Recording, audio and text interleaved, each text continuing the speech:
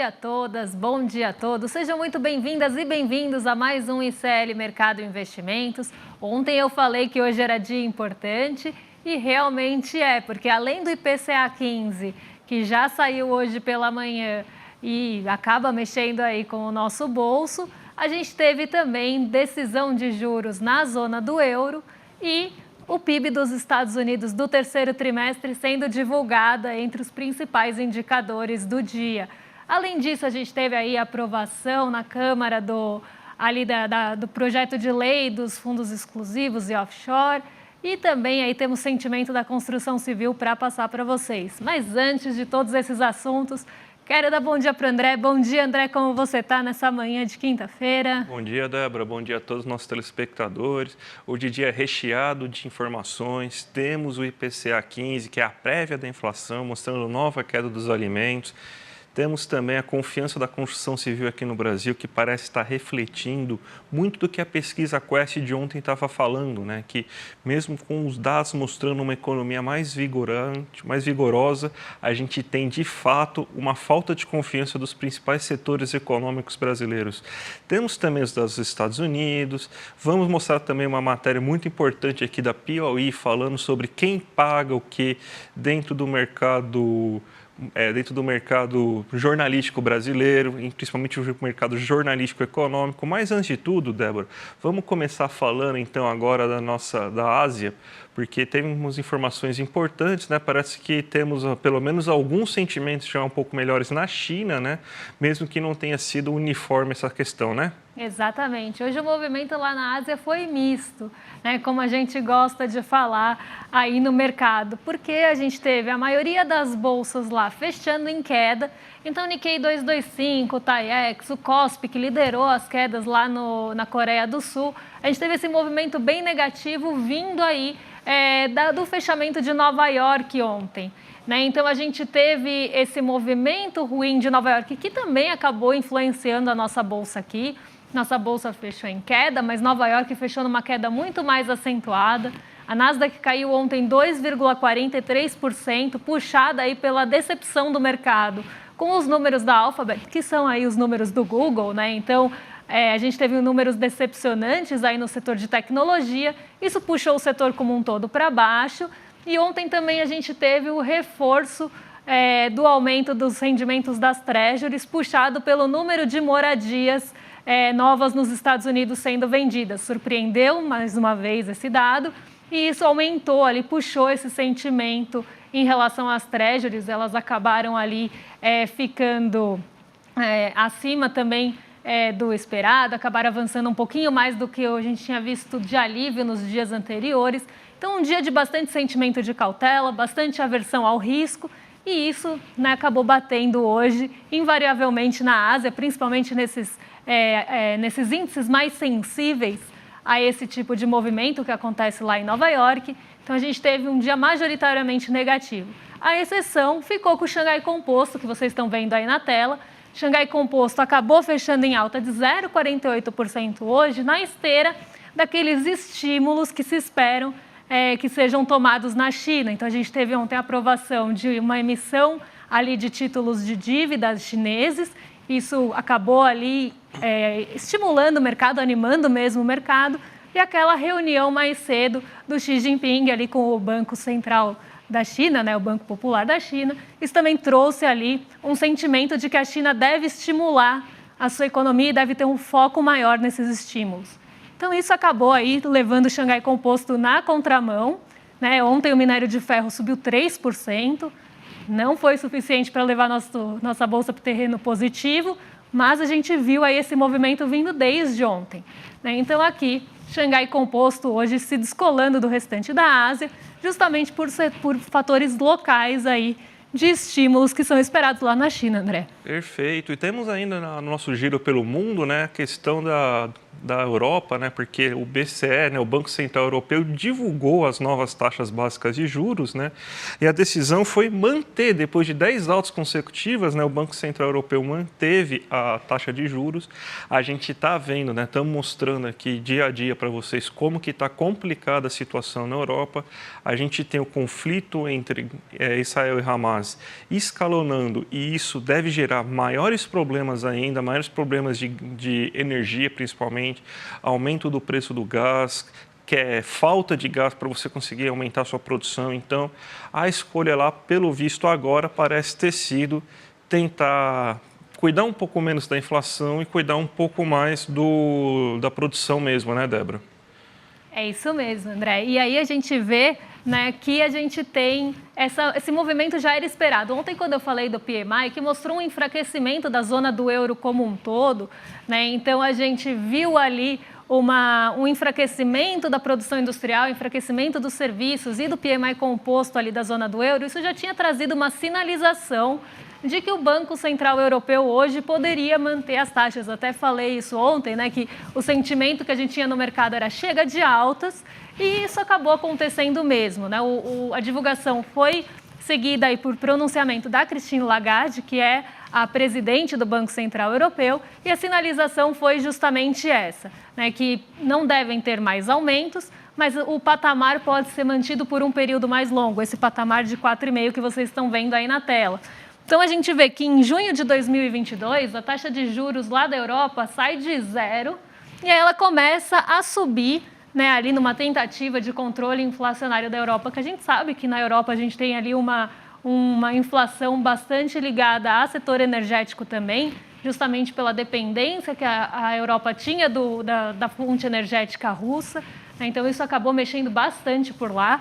E a gente vê essa escalada aí dos juros, né, que vocês estão vendo, para quem está assistindo, na linha tracejada, né, na linha aí que tem inclusive os números, esses números são das altas mesmo, e embaixo a gente tem as barrinhas que eram as projeções, né? Então, a única vez aí que nos últimos tempos, né, porque a primeira alta aí de 0,5% acabou superando as expectativas, e na última decisão de 14 de setembro, o mercado esperava manutenção em 4,25 e teve uma nova alta ali para 4,5%. Agora as expectativas foram alinhadas aí à projeção, a taxa foi mantida em 4,5%, patamar alto para a Europa, que sai ali de uma taxa zero, né, e acaba aí tendo 10 altas consecutivas, mas agora a expectativa é de manutenção por lá.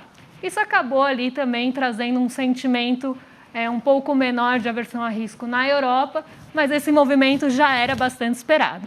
Perfeito, Débora. E já que a gente está falando de combate inflacionário na Europa, vamos agora para o Brasilzão, porque também tem notícias sobre inflação aqui no Brasil, né? A gente saiu a prévia, né? O IPCA 15, que é o IPCA que cobre entre os dias 15 de cada mês, então agora entre o dia 15 de setembro e 15 de outubro, saiu agora essa notícia, né? Agora de manhã, e a gente teve uma alta de 0,21% no mensal do IPCA 15. Então, a gente tem uma inflação que foi até bem controlada.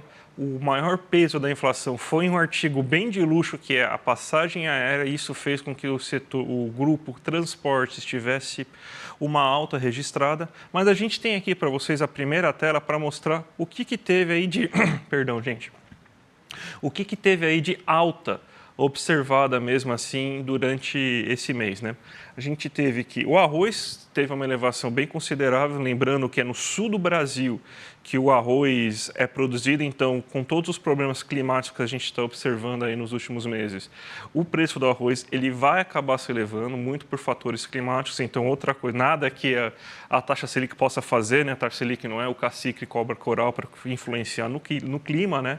Mas você vê que basicamente quase todos os alimentos tiveram uma baixa bem considerável, né? Daqueles alimentos que são mais consumidos. Por exemplo, o feijão teve uma queda de mais de 5%, a farinha de trigo de 1,6%, a batata de 2,7%, tomate de 1,2%, a cebola de 2,2%, a cenoura de 4,4%, as carnes, né, que é o item que está tendo maior queda nesses últimos meses, né, você tem uma queda de 0,44%, você tem também do leite de 0,88% e temos alguns bens energéticos, né, alguns combustíveis que estão se desrolando. Por exemplo, a gente teve uma alta no gás de botijão de 1,2% e uma alta no óleo diesel de 1,5%. Só que a gasolina e o etanol apresentaram queda esse mês. A gente teve já um anúncio da Petrobras que talvez não tenha ainda refletido completamente, né?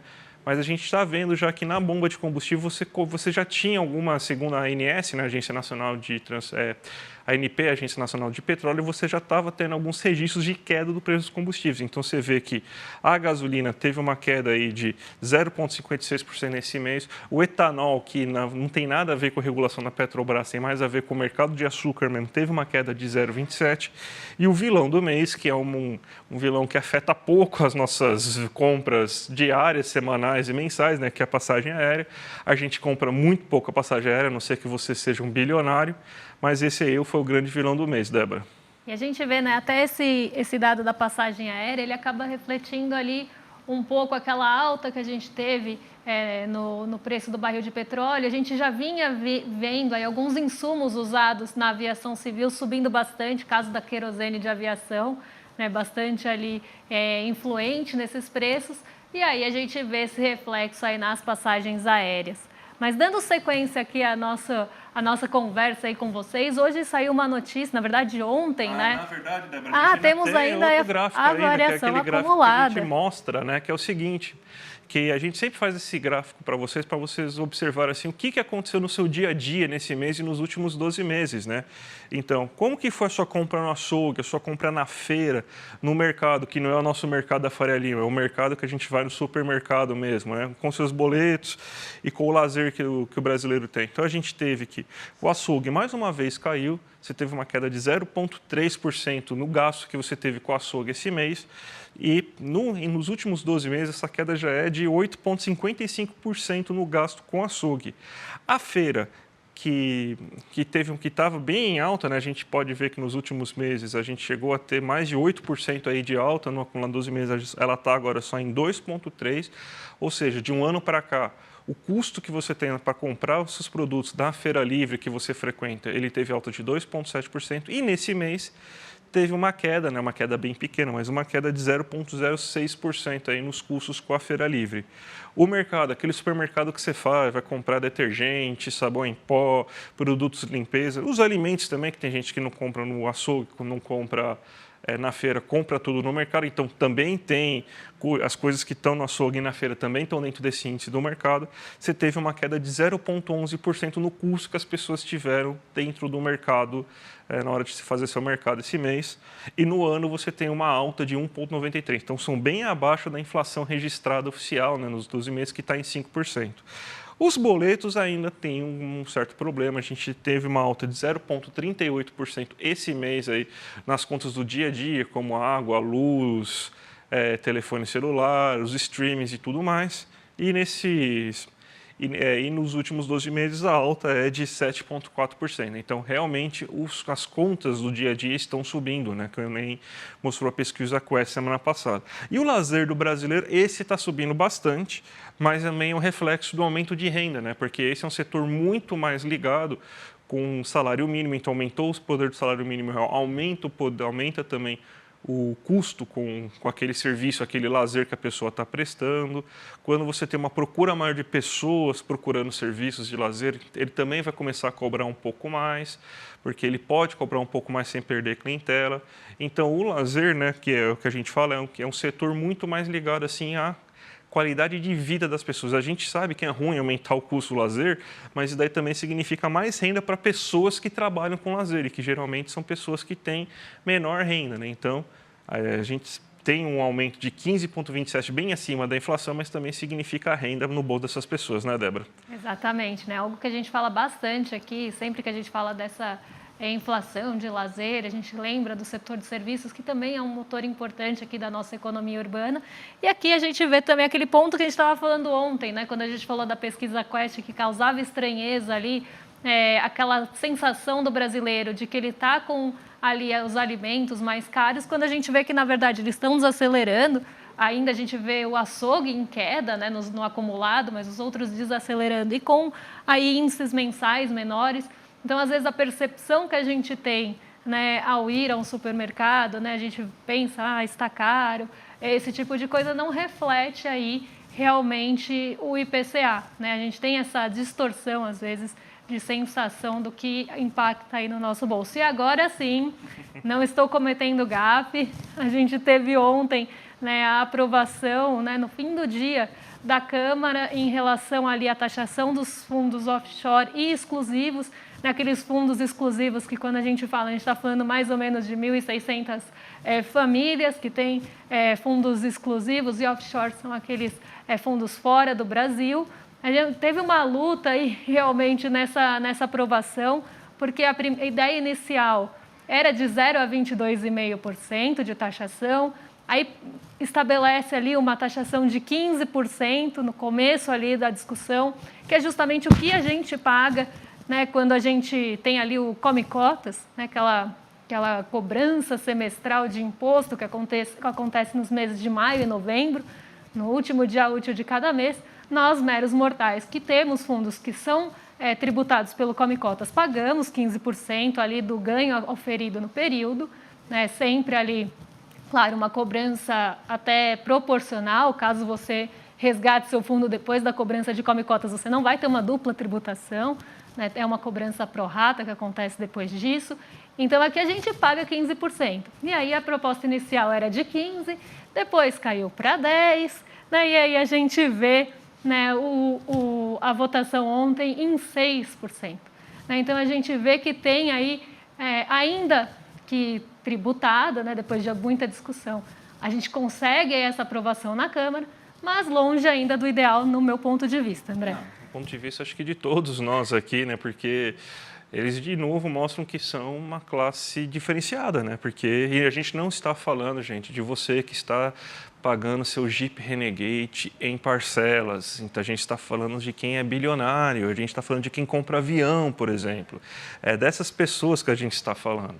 Então, esses fundos exclusivos, esses offshores, né, que essas pessoas aí conseguem ter acesso, enquanto você está pagando 15%, 20% dentro do seu fundo, a pessoa vai pagar apenas 6%, porque ela é de uma classe exclusiva, né? Ela pode, né? Porque se ela sair, né, nossa, vai acabar com os empregos no Brasil, ela vai levar as empresas para fora. Gente, essas pessoas já nem moram no Brasil. Elas estão em Mônaco, elas estão em Miami, elas não moram mais no Brasil. Então, não tem nem como assim, elas vão sair. Elas já saíram, elas só precisam ser tributadas naquilo que elas têm de renda aqui dentro do Brasil. Isso é óbvio, né? Então, foi uma luta. A gente basicamente, teve que ceder a Caixa Econômica Federal para o Arthur Lira para conseguir fazer com que os ricos pagassem um pouquinho aí de arrecadação, né? Para a gente começar a tratar eles como seres humanos normais, né? Então, mas ainda uma classe privilegiada. Eles não são seres humanos como nós, eles são melhores, então eles têm que pagar menos impostos, né? Então, mas mesmo assim a gente teve que ceder muita coisa para conseguir um mínimo de tentativa de justiça tributária e social, né? Tivemos que ceder a Caixa para conseguir aprovação num patamar de 6%, ainda bem longe ali dos patamares iniciais projetados, estipulados ali, que era de 15%, que é o que todo mundo aí paga. E um ponto que eu até vou voltar aqui, porque eu acho que vale a pena falar, é que nessa semana, inclusive, a gente falou que o Brasil não está na contramão do exterior.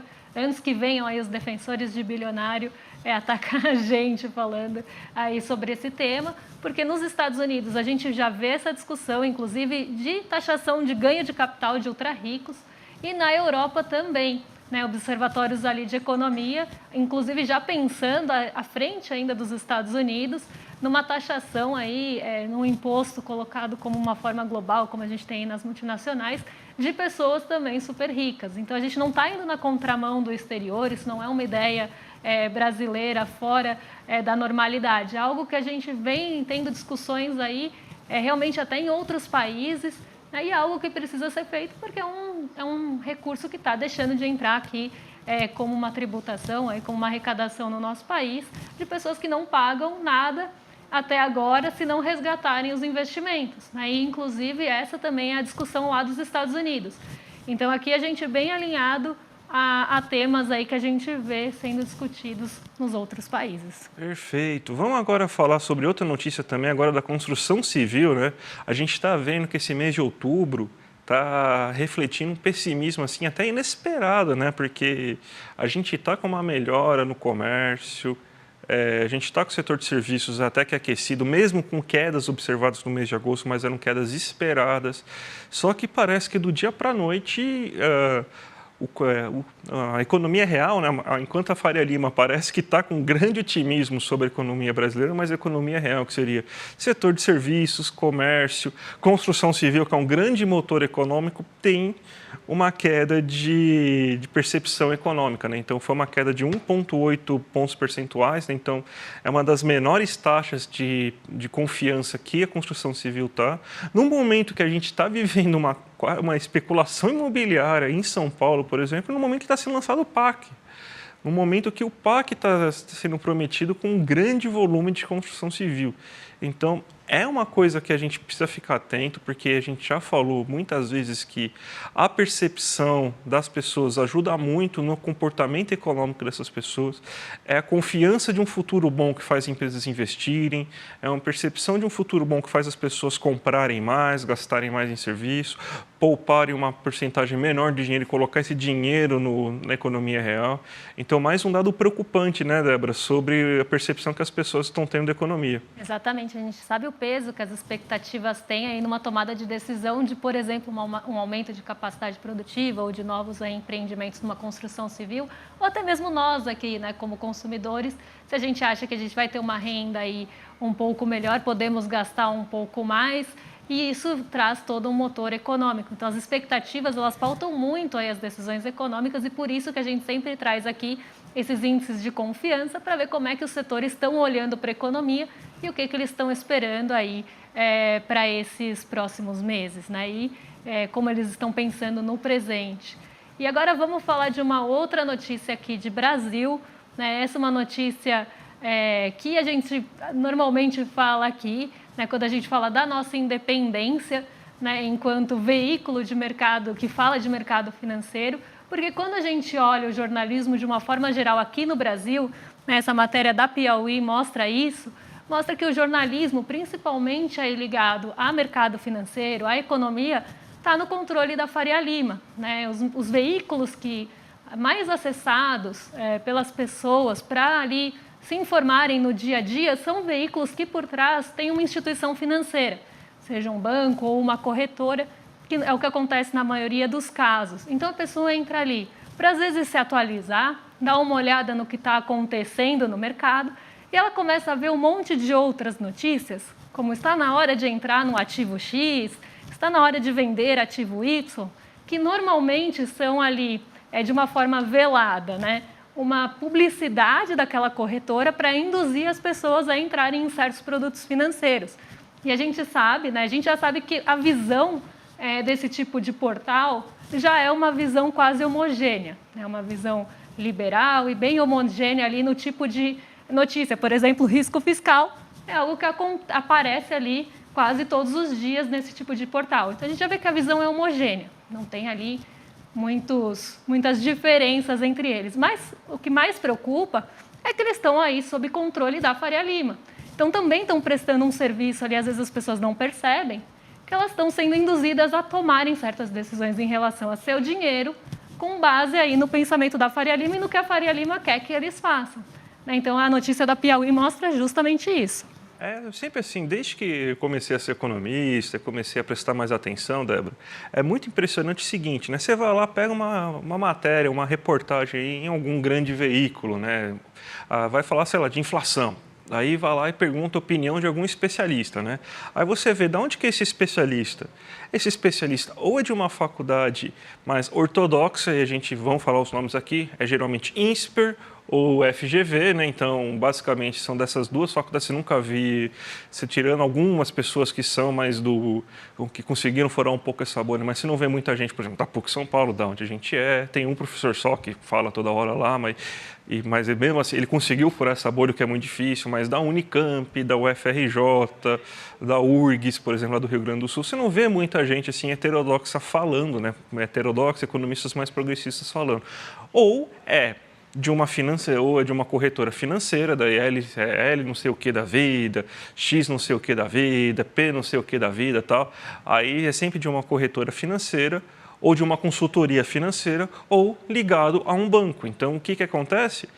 Eles se vendem, e aliás, isso que é a coisa mais perigosa que tem, eles vendem aquela informação como meramente técnica e fala que a economia é algo meramente técnico, não existem percepções diferentes, que não existem visões diferentes, distintas em relação ao assunto, e fala que quem não segue aquela técnica não é um economista de verdade.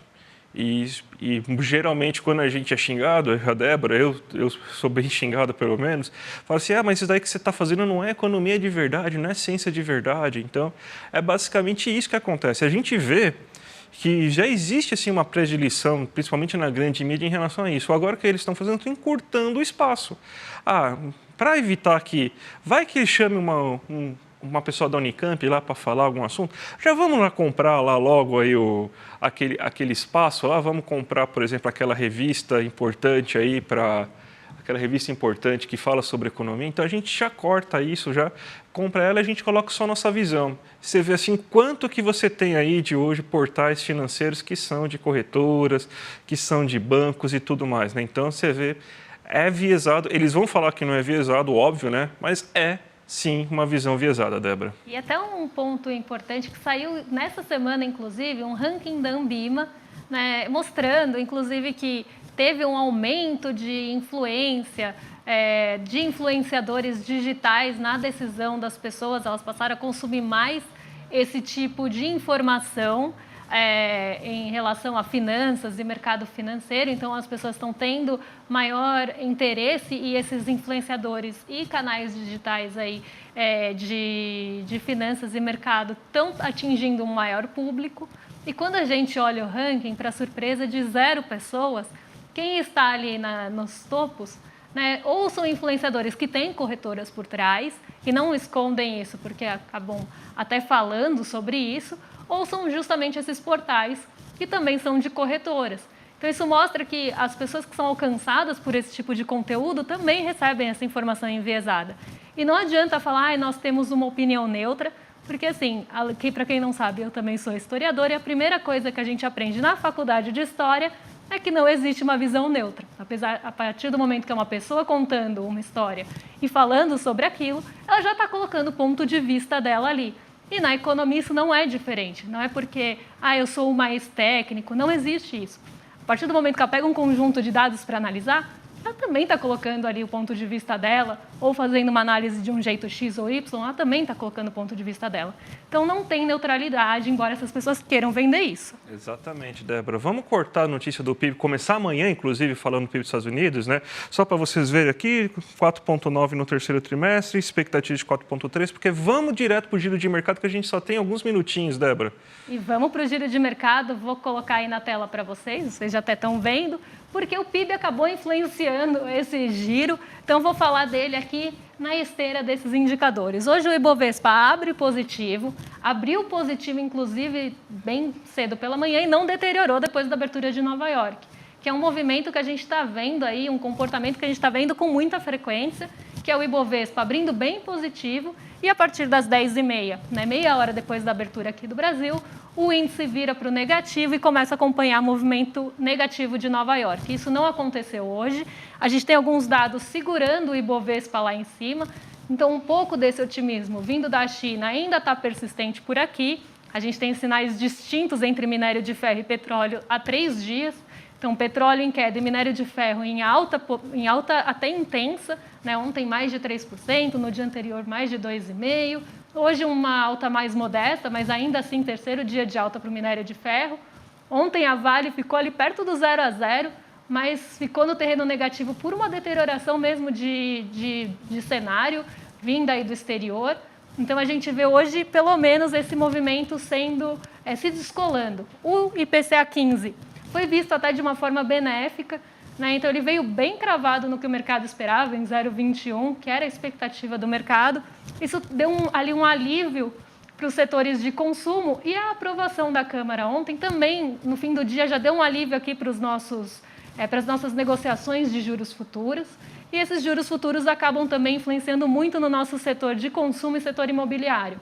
Então aqui a gente vê, né, esse otimismo mais local segurando a Bolsa ainda no terreno positivo. Nasdaq ainda bem negativa, junto a S&P 500, porque essa leitura, a primeira leitura, é uma leitura ainda preliminar do PIB dos Estados Unidos, bem acima do esperado, né, 4,90 contra 4,30 de projeção, acabou trazendo aquele sentimento de que os juros possam permanecer lá por mais tempo, então, altos por mais tempo, e a gente tem semana que vem, né, a decisão na super quarta dos juros por lá também. Então, uma instabilidade bem grande lá no mercado nova-iorquino, todas no terreno negativo. EWZ está positivo, um pouco menos positivo do que aqui a nossa bolsa, para quem não sabe, EWZ é o nosso índice aí, brasileiro negociado em Nova York, é um ETF aqui, um fundo de índice do nosso Ibovespa lá em Nova York. Nikkei 225, como eu falei, hoje fechou no terreno negativo, o Xangai Composto no terreno positivo, por aquele motivo que eu expliquei no começo do programa. O dólar está subindo, apesar da bolsa em alta, por conta desses rendimentos das treasuries que continuam em alta, subindo assim frente a ontem, que fechou em R$ 5,00, hoje está em R$ 5,01. Então, a gente vê que o dólar está mais acompanhando o movimento do exterior, que também é de alta. Aqui a gente vê essa alta do DXY, principalmente frente a euro, porque por lá eles mantiveram os juros. Isso traz um enfraquecimento do euro frente a dólar. E aqui no Brasil, por conta desses rendimentos das treasuries, Brasil real tem uma volatilidade grande aí em dia em movimentos de volatilidade, a gente é muito líquido, então sofre mais. E o petróleo caindo 1,33, negociado a $87 por barril. Então, aqui um retrato mais aqui de cenário positivo ligado à economia doméstica e alguns pontos do exterior também aí trazendo um pouco de reflexo no dólar. Perfeito, Débora. Vamos então dar nossos recados para a gente começar a se despedir, porque a gente quer que vocês continuem aqui no ICL aí durante o dia. A gente tem, a partir das 5 horas da tarde, uma pessoa muito feliz chamada William De Luca, que vai apresentar o rolê ICL aí a partir das 5, então já começa com o ICL às 5. E depois, às 6 horas da tarde, temos o ICL Notícias, segunda edição, com a nossa dupla de Chicos, Chico Pinheiro e Chico Sá, junto com a Gabi Varela. A partir das 7h30, a gente tem o Sinapse com o César Calerron e também com a Robertinha Garcia. Então, a partir das 5 horas, dá para vocês ficarem aí até a noite com o ICL hoje, gente. Que sequência, né? Uma sequência aí fantástica de programação ainda hoje. Amanhã a gente tem, a partir das 7 horas da manhã, o Desperta aqui, depois o ICL Notícias primeira edição, em detalhes que vocês já conhecem, e a gente, a partir das 11, para trazer atualização aí do que está acontecendo na economia, o que mudou nos mercados e o que está mexendo aí com o seu bolso. Então, até amanhã e fiquem aqui com a gente a partir das 5. Até amanhã, gente. Tchau, tchau. Olá, eu sou a Dani Vidotti, sou professora de Yoga e Meditação e aqui no meu curso Bem-Estar Profissional você vai aprender diversas maneiras de cuidar de você dentro do ambiente de trabalho. A gente vai falar sobre autoconhecimento, vai aprender maneiras de gerenciar melhor o estresse, a ansiedade, evitar os esgotamentos, evitar chegar num burnout. E se você já teve um burnout, esse curso também é para você, porque você vai aprender maneiras de não retornar àqueles antigos padrões. Aqui nesse curso, você vai aprender a trazer equilíbrio físico, mental e emocional. Tudo isso vai colaborar para o seu melhor desempenho dentro do ambiente de trabalho, trazendo motivação, mais energia, mais foco e até clareza mental. Faremos também diversos exercícios práticos e eu espero você. O curso já está disponível aqui na plataforma do Instituto Conhecimento Liberta. Vamos?